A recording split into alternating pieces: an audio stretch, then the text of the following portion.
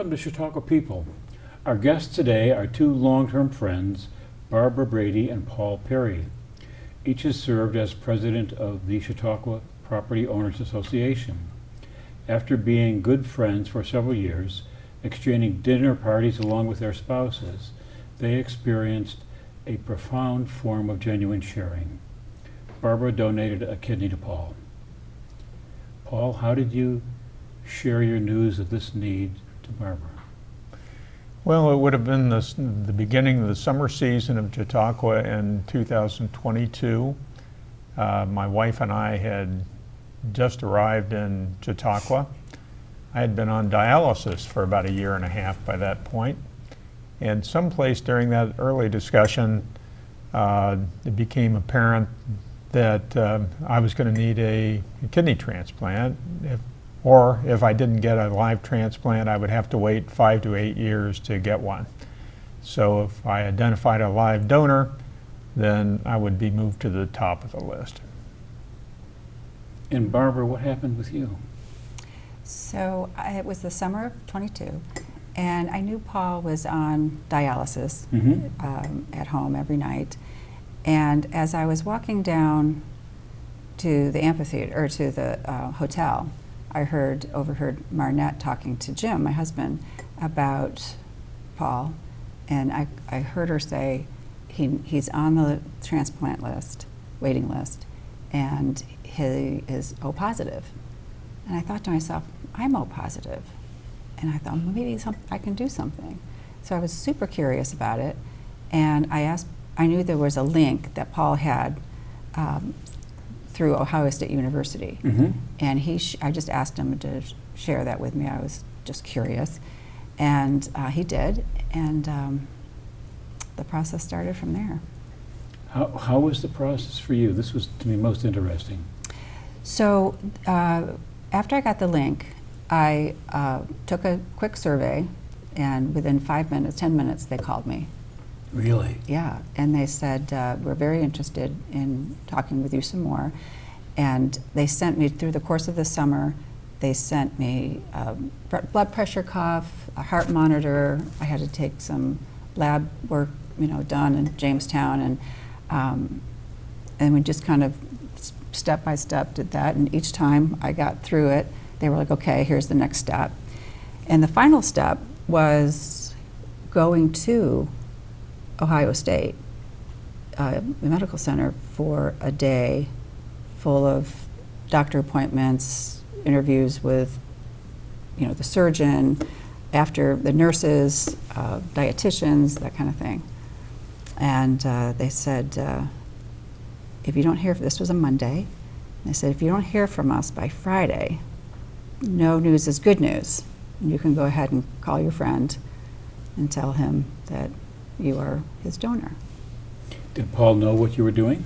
No, I did not want to share any of this with Paul. I did speak, of course, with my family and full support, but I didn't want Paul's hopes to get raised, and I didn't want to find out later, weeks later, months later, that I couldn't. So I just kind of kept it to myself. And I called Paul on a Sunday morning, and I told him, and we went from there. What was it like receiving this call? It was a shock. When my phone said it was Barbara, I thought there must be something horribly wrong. Somebody must have died or something, and to call me at 9 o'clock on a Sunday morning. But then when she told me why she was calling, it was stunning. And she said, they said to go ahead and call you and to pick a date. And so we went from there. Now, how did you select the date? I called and told them that we had spoken and we wanted the first available. And the first available was February 3rd. And this was in November? Right, early November. And then, so we had to wait until February 3rd. And I called Paul back and I said, how about Feb 3? And what was your response, Paul? Well, it didn't make a lot of sense, but I said, I'm going to have to check with my wife to see if that's convenient. And then I said, well, that's kind of stupid, to be able to get a kidney transplant and trying to figure out if that's a convenient time doesn't make any sense. So then if I remember right, I told Barbara, call him back and grab it so we can nail that date down. First date. Yes. Yep, first date. Now, were you required to quarantine yourselves or anything of the sort before then? I was not required to, but I chose to. So the whole month of January, we live in Florida, so it was easy to avoid big crowds inside. And if we went out to dinner, I was outside. I avoided indoor events. I just kind of wanted to keep as healthy as I could. So you lay low. I did. I laid low. And then tell me about the procedure, how that goes afterward. You've got this date. As early February arrives, how were your emotions? Well, the first thing, I needed to get there about a week in advance. Okay. When they again did my vitals to make sure that I was still in good shape for a transplant. And then February 3rd was on a Friday morning, Yes. and we both needed to be at the hospital at 6 o'clock or something like that. 5, I think. Yeah. Or 5 o'clock, and I don't know about Barbara, but I didn't get much sleep the night before anyway, so it didn't really make a lot of difference. And showed up, and things went pretty quickly after that. Yeah.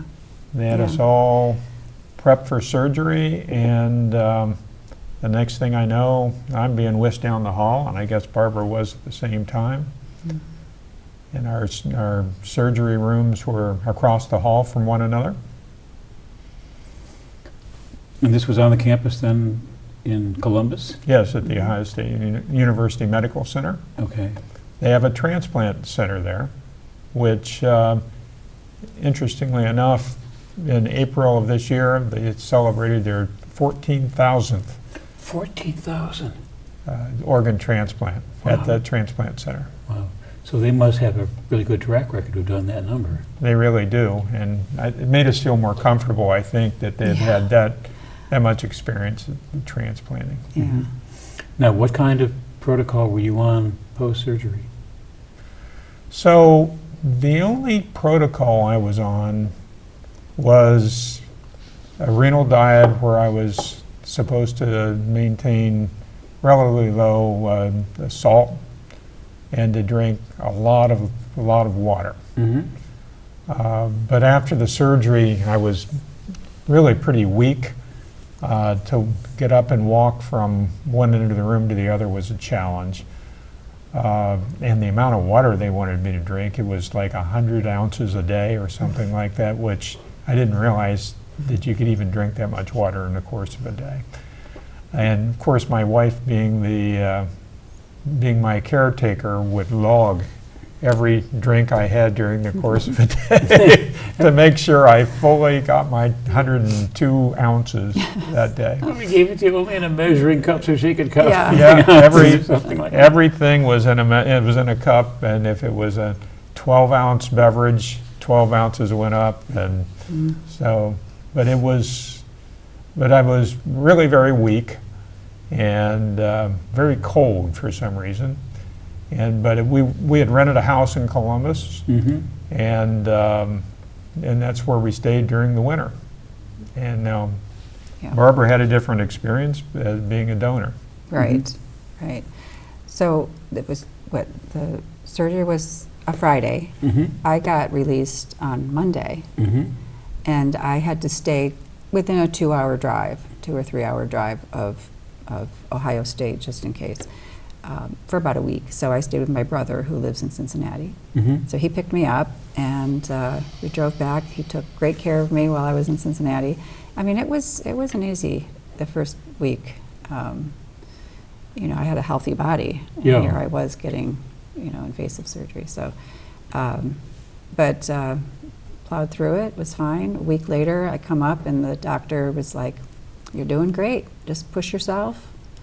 and you're healthy, you're in good shape. So So just took it easy at a just take it sibling's place? easy. But I couldn't lift more than 5 pounds for a couple of weeks, and that was about it. But Therefore, I can't do any housework, I'm sorry. It's all up to you, yeah, brother. Yeah. Right. Yeah. And just Yeah. take it easy. Now, were you on any medical protocol after this? No, After none this at week. all. No, I had some painkillers, but I only used those for a couple of days Right. post-surgery. And I can't take NSAIDs, like Motrin or Aleve, but I never was able to anyway, so that Mhm. wasn't a big change for me. Mhm. Yeah, But she did have a favorite pillow. I did have a favorite pillow. Yeah, so Marnette gifted me this amazingly soft UGG pillow. Mhm. And they had me in this, I don't know, like a harness, just to keep my abdomen, secure. Mhm. But it was uncomfortable. So I just held the pillow wherever I went. On the airplane, when I flew home, that pillow was there. It was just a great relief for me. It gave me comfort, and it didn't have to deal with the Velcro that was on this girdle kind of thing. Now, were you bruised up after this at all? Or? So I was curiously bruised in areas I didn't think I would be. Mhm. You go into surgery on your back, Mhm. and you come out on your back. So I had these weird, bruises on my side, and I Mhm. asked the surgeon afterwards, I said, why do I have all these bruises? And he's like, well, we had you on your side. We had your hands up like over your head, and we had you wedged in these, egg crate kind of cushions so that you wouldn't move, and we had to, well, I had 2 laparoscopic incisions here, and then Mhm. one down below, below my navel for Mhm. his hand to reach the kidney. Mhm. So that was how that worked. Now, But Paul, where it did was they put the fascinating. kidney? The kidney is actually, they do not remove an existing kidney because those kidneys still have a certain amount of function, which is good. Mhm. But where they actually put the kidney in is just to the right lower side of my abdomen, just under the abdominal muscles there. Mhm. And that's close to the bladder and everything else that they need to hook up. And so they just put it there, and that's where it is to this day. So I have 3 kidneys. 2 don't work very well, and then Barbara's kidney that have works one. great. That's great. They take the smaller of the 2 of mine. They did. Yeah, yeah. Is that common? Then? Yes, it's common. And the thing about this was, when the surgeon took the kidney out of me, he walked it across the hall to his surgeon and put it right into Paul, and it never stopped working. It just started to function right away, which is a little unheard of. So we think maybe down the line we have some shared DNA or something. Yeah. Yeah. Yeah. And then you're good to go. Now, Paul, what kind of restrictions do you have? From To this day, today, I have no restrictions. Really? The immediately following the surgery, my recovery time was longer than hers, but Mhm. hers was more painful than mine Mhm. because they had to go all the way into her back where her kidney is and remove one. And mine was really out front, but it took probably took all of a year to pretty much fully get my function back. In the wake of the surgery, I lost 40 pounds Wow. Wow. because I had no appetite. My wife went out and got a cookbook that she cooked everything in the book, and I would just pick at it, and I had no appetite. And so that was another reason I was weak, because I didn't eat anything. Mhm. And the 40 pounds was lost in the course of about 2 months. So, which some of it I needed to lose, but I prefer not to do it that way. Yeah. Yeah. Yeah. And just sitting here, we talked across the table a few years ago. Your color is so much better. Mm-hmm. I had no idea there was an issue at the time when we were talking. Yeah, Mhm. yeah. Now, how has this affected relationship between your two families? We were already pretty close, and now Barbara's family is, now I'm like a half sister or half brother of Barbara's family. That I've met a number of her siblings, and we're all very close, and our family and her family do things together, and her kids are almost like a nephew and a niece, and our grandkids, our granddaughter who's 15, went to a dinner at their house that they wonderfully did. So we're very close families. Yep. The closeness is there. Here, when you're in Chautauqua, do you spend the rest of both of you in Florida? Barbara lives in St. Petersburg, and we live in Naples. How far apart is that? About 2 hours plus. Okay. And we do go to each other's houses there. Fortunately, until very recently, they also had a home in Sanibel, and which is only about an hour and a half from our house, or a little over an hour. Yeah. And we went there pretty frequently before, and they've since just sold it. So indeed, then it's a year-round close friendship now. Oh yes, indeed. Right. Yeah. Unlike some Chautauquans that now, would only see each other during the Chautauqua season, and now we're pretty much all year round. That's right. Yeah. Yeah. Yeah. Now, what would you tell somebody else? I want this individually. What would you tell somebody else, Paul, who's in need? Well, first I will say this, that quite literally, Barbara is giving me a kidney saved my life. And it's still hard to register in my mind that that's the case, but that is indeed the case. That if she had not given me the transplant, I would have been on dialysis for the next 7 years. And because of that, I haven't been on dialysis since February 3rd of 2022, the day of the transplant. Goodness. So I think this is a good example of the kidney is an unusual organ in that you have two, and you can function very, very well with one. So you can give up one, and it saves another person's life. Now, Barbara is in an unusual circumstance in that she has a backup plan. Right. I have at least two sisters, two siblings that are O positive. Okay. And they were both like, if you need a kidney down the line, we are first on the list to help you out. But that wasn't even it either. It was just, I felt like this was something I needed to do. And I never looked back. There were times when I thought, wow, I've never had major surgery before. So that was a little, I was a little apprehensive there. I think the hardest hurdle that I had to get over was, what if the kidney was rejected? What if his body just rejected it? And then I just had to think, okay, it's a gift. I can't. You've done it once. I've done it. Yeah, I did what I could, but that's not the case. So, yeah.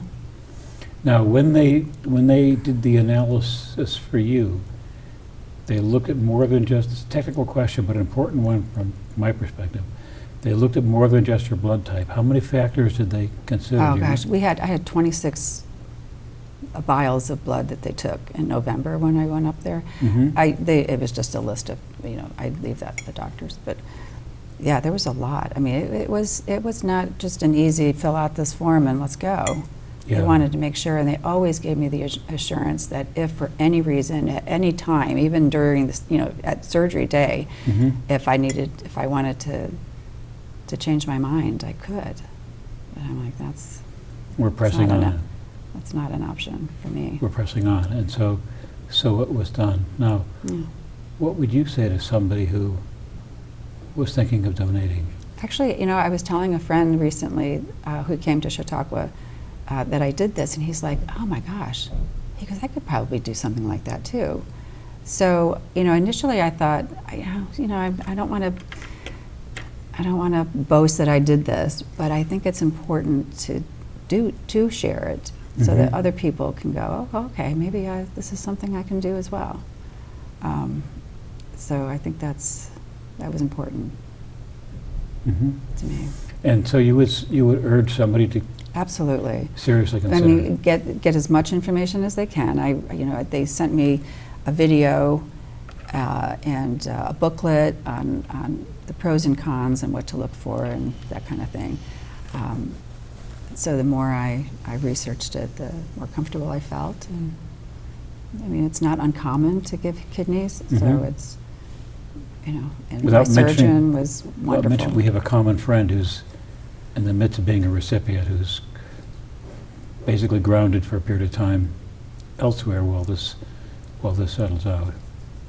How did you end up at Ohio State?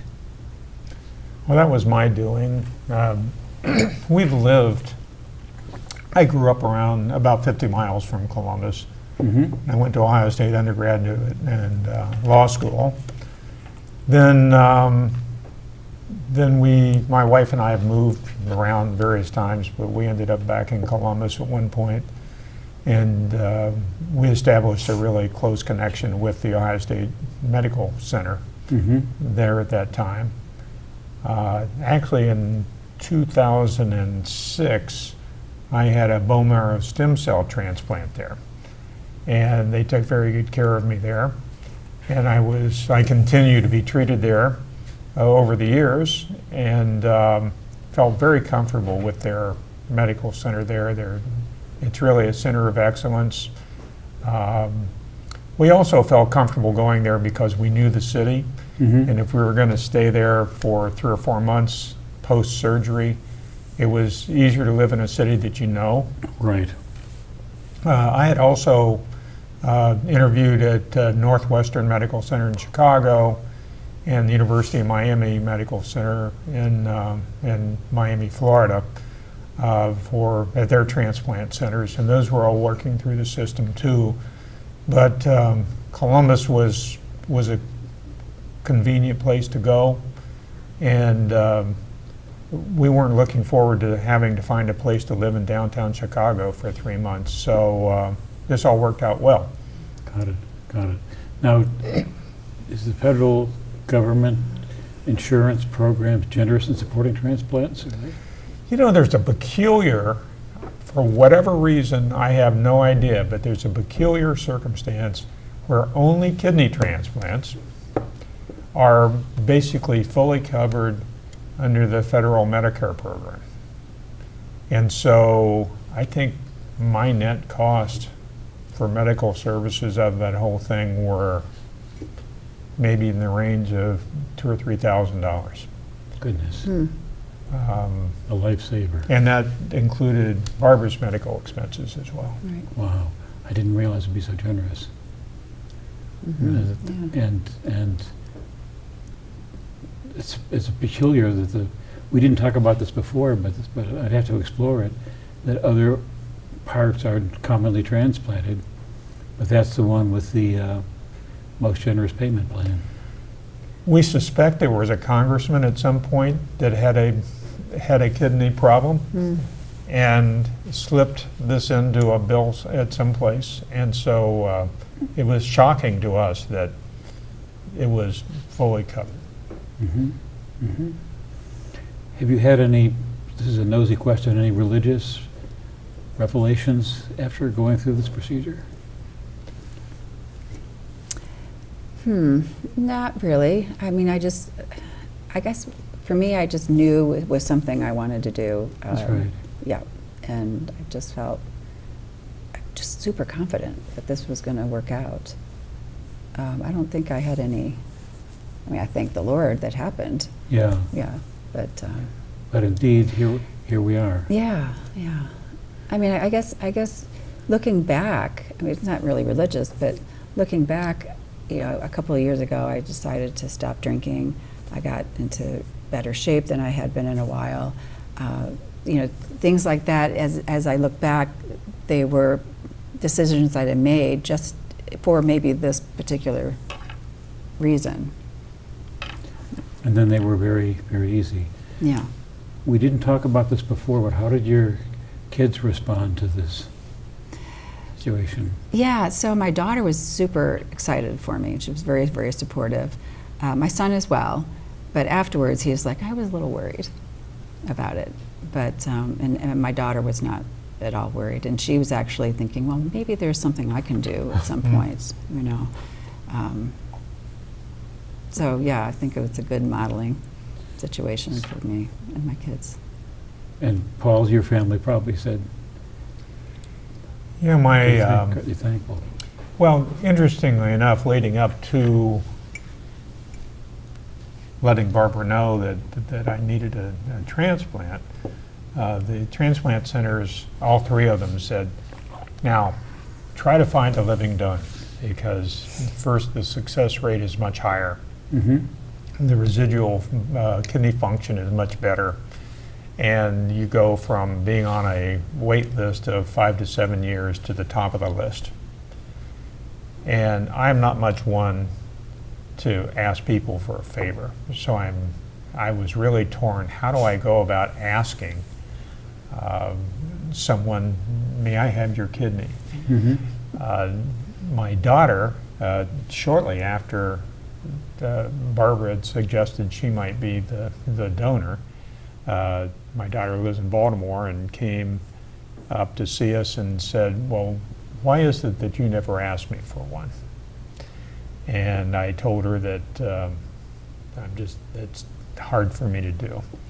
But obviously she was very supportive. In fact, she came to Ohio State to be with me during the surgery, Mm-hmm. as did Barbara's daughter.